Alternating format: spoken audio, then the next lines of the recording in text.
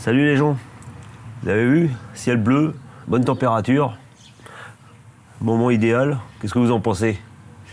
J'ai une autre idée, on va aller plutôt s'enfermer. Le truc c'est que il y a une collègue huileuse, Méline, qui avait fait un petit tuto sur le remplacement de grippe de sa Tesla. Je me disais que c'était une idée pour moi aussi de vous montrer comment je fais sur la mienne, sur une MS Super 3. Voilà, il y a quelques petits...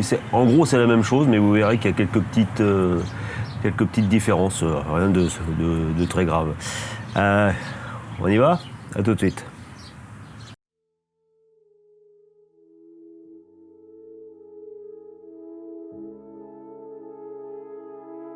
Je vous donne d'abord une petite explication, c'est que c'est un foutoir sans nom dans mon atelier. Je suis en pleine réorganisation, j'ai largement pas terminé, mais je voulais vraiment faire cette vidéo-là. On va donc changer de grip de ma roue, la Gotway, et je vais d'abord vous montrer ce qu'il me faut comme outil pour changer. Vous voyez, vous verrez, c'est pas grand-chose. Alors il me faut un vieux sèche-cheveux, un cutter, tournevis cruciforme, un stylo, une paire de ciseaux, donc du grip, en espérant que j'en ai assez parce que c'est la fin de ce que j'avais, des emporte-pièces, enfin un seul suffira, et du white spirit pour le nettoyage. Allez, première étape, enlever le grip. Donc vous pouvez y aller comme un barbare en essayant de tout décoller, au tournevis, au grattoir, à ce que vous voulez, mais le plus simple c'est un peu de chaleur, un sèche-cheveux pour ramollir un peu la colle, et normalement ça devrait venir à peu près tout seul.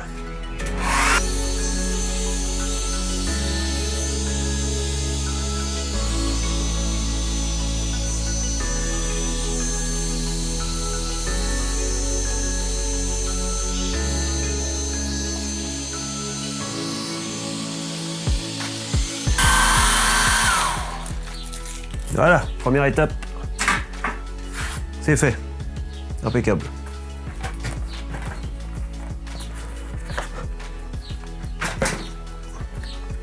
Pareil, deuxième étape, le grip de l'autre côté, un petit coup de chaud.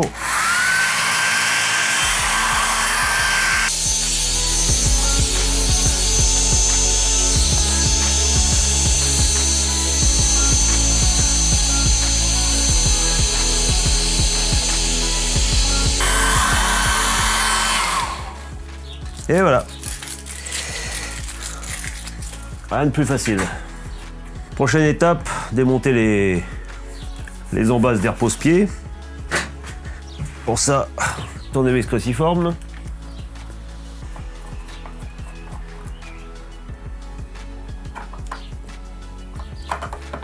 Là, c'est un peu délicat. On est un peu proche, il faudrait plutôt un tournevis court, vous savez, les petits. Je dois en avoir un.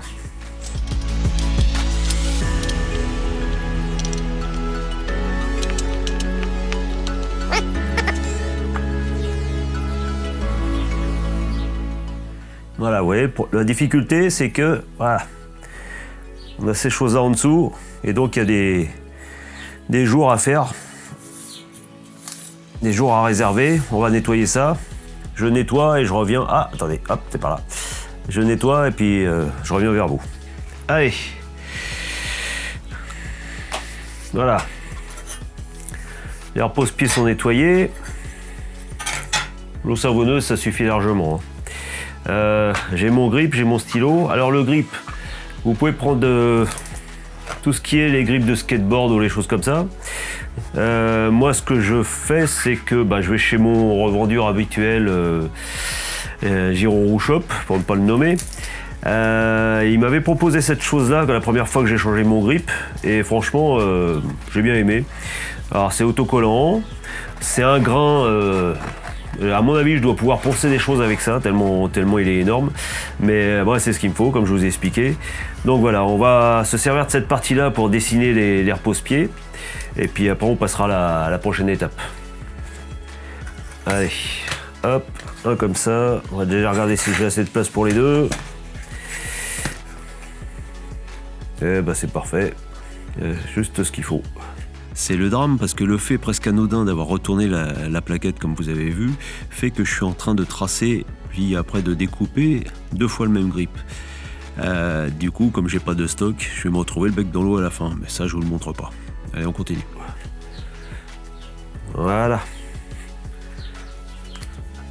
Alors surtout, ce qu'il faut faire, c'est bien faire le tour, et le tour de chaque alvéole également. Vous allez voir pourquoi.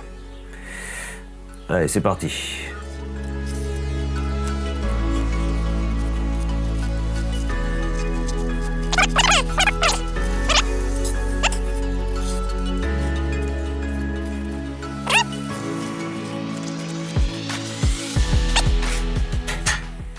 Parfait. Donc là, la première étape, couper avec grosse paire de ciseaux. Tout simplement. Alors surtout ne pas couper à 1 cm du bord, couper plutôt à l'intérieur du trait que vous venez de faire que à l'extérieur.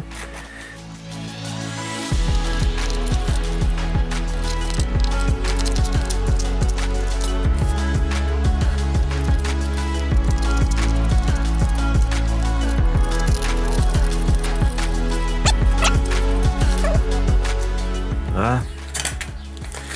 Poubelle.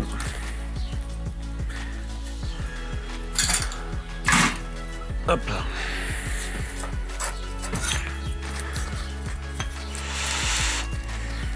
Ok. Voilà. Donc, la difficulté maintenant, c'est qu'il y a ces choses-là, les ouvertures à faire. Et moi, j'ai trouvé une petite technique toute simple, d'où mes histoires d'emporte-pièces. Je vais vous montrer ça tout de suite. Voilà. Donc, encore désolé pour le foutoir. Ça va se ronger.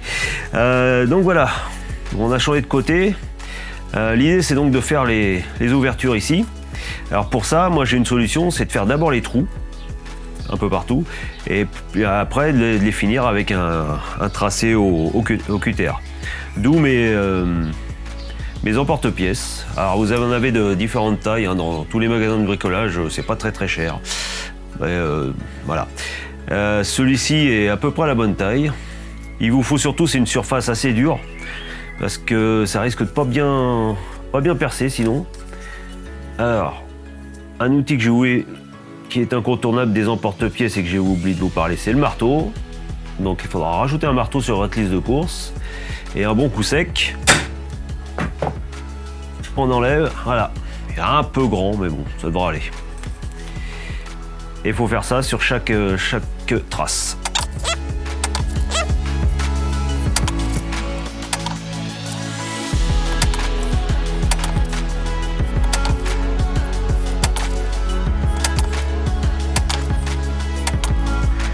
Ça c'est fait.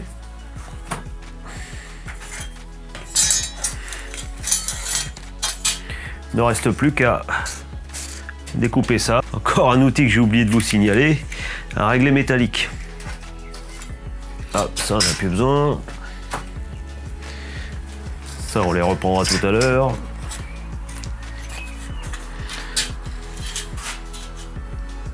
Voilà.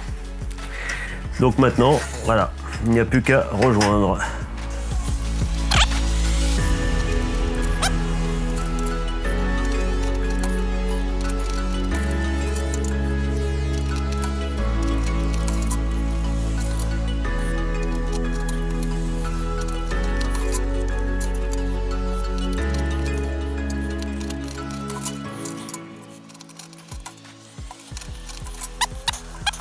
Hop. Hein.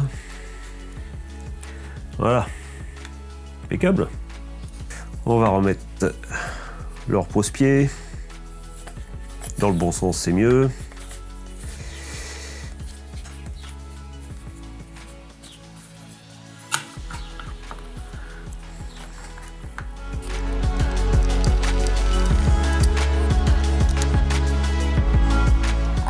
Ça, faut pas avoir peur. C'est même pas la peine de trop serrer les vis. De toute façon, elles seront prises sous le grip, donc il n'y a aucune chance qu'elles se desserrent. Serrer, mais pas de trop. C'est pas la peine de foirer les vis, comme on dit vulgairement.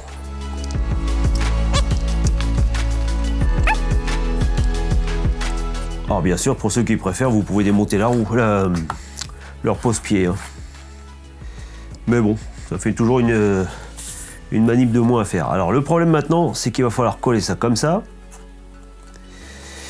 Et c'est toujours un peu raide. Hein. On va reprendre notre technique du sèche-cheveux. Hop là, viens là toi. Alors le principe, c'est de le faire chauffer un peu pour le ramollir au maximum pour qu'il soit plus facile à mettre en place et que ça l'aide en même temps à prendre sa place et à coller le mieux possible. Allez, c'est parti.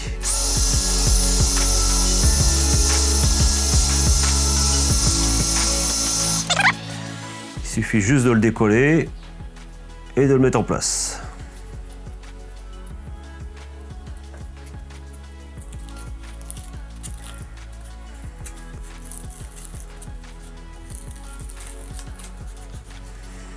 C'est le moment le plus délicat.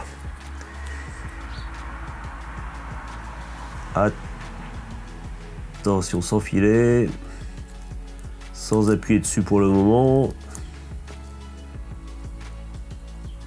Voilà. Voilà.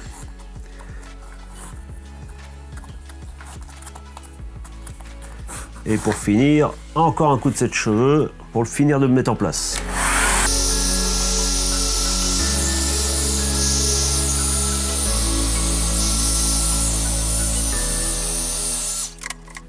Voilà, terminé. Plus qu'à faire la même chose pour l'autre. Et on repartira pour un an avec de nouveaux grips qui accrochent bien. Voilà. J'espère que vous avez bien tout vu. Si vous avez des questions, vous me posez ça dans les commentaires en dessous, j'y répondrai avec grand plaisir. Il ne reste plus qu'à faire la même chose de l'autre côté, c'est terminé. Alors, rien de bien compliqué, il y a peut-être plus facile à faire. En fait, je suis parti comme ça parce que je voulais pas m'embêter à essayer de trouver du grip spécifiquement fait pour cette roue-là. Comme ça, je peux prendre n'importe quel grip et j'arrive toujours à l'adapter sur la roue. Donc voilà, si vous avez d'autres façons de faire, n'hésitez pas dans les commentaires en dessous, il n'y a pas de problème. Par contre, ce qui serait bien, c'est, comme je vous disais au début de cette vidéo, il y a l'amie Méline qui a montré comment elle faisait ça sur sa Tesla. Moi, je vous montre comment j'ai fait pour celle-ci. Si vous avez d'autres modèles de roues, et ça serait bien que vous nous fassiez des vidéos aussi pour nous montrer comment vous faites. Parce que comme ça, le petit dernier de la classe qui arrive en sachant pas comment faire, il a juste à chercher changement de grip pour tel modèle. Et puis voilà, il aura ce qu'il recherche et puis ça sera bien pour tout le monde. Et ben je vous dis à la prochaine les gens, salut!